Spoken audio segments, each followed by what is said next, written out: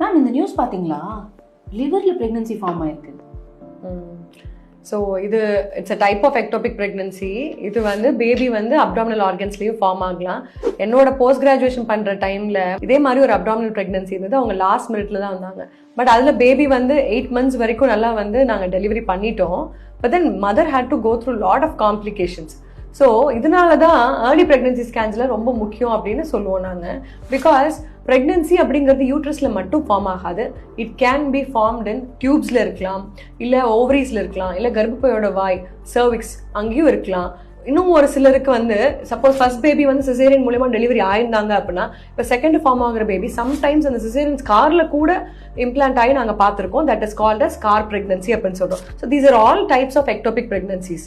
So baby யூட்ரஸ்ல வந்து implant ஆகும்போது யூட்ரஸ்னால பேபி வளர வளர அதே மாதிரி யூட்ரஸ்னாலையும் எக்ஸ்பேண்ட் ஆகி கொடுத்து பேபியோட க்ரோத்துக்கு ஹெல்ப் பண்ண முடியும்.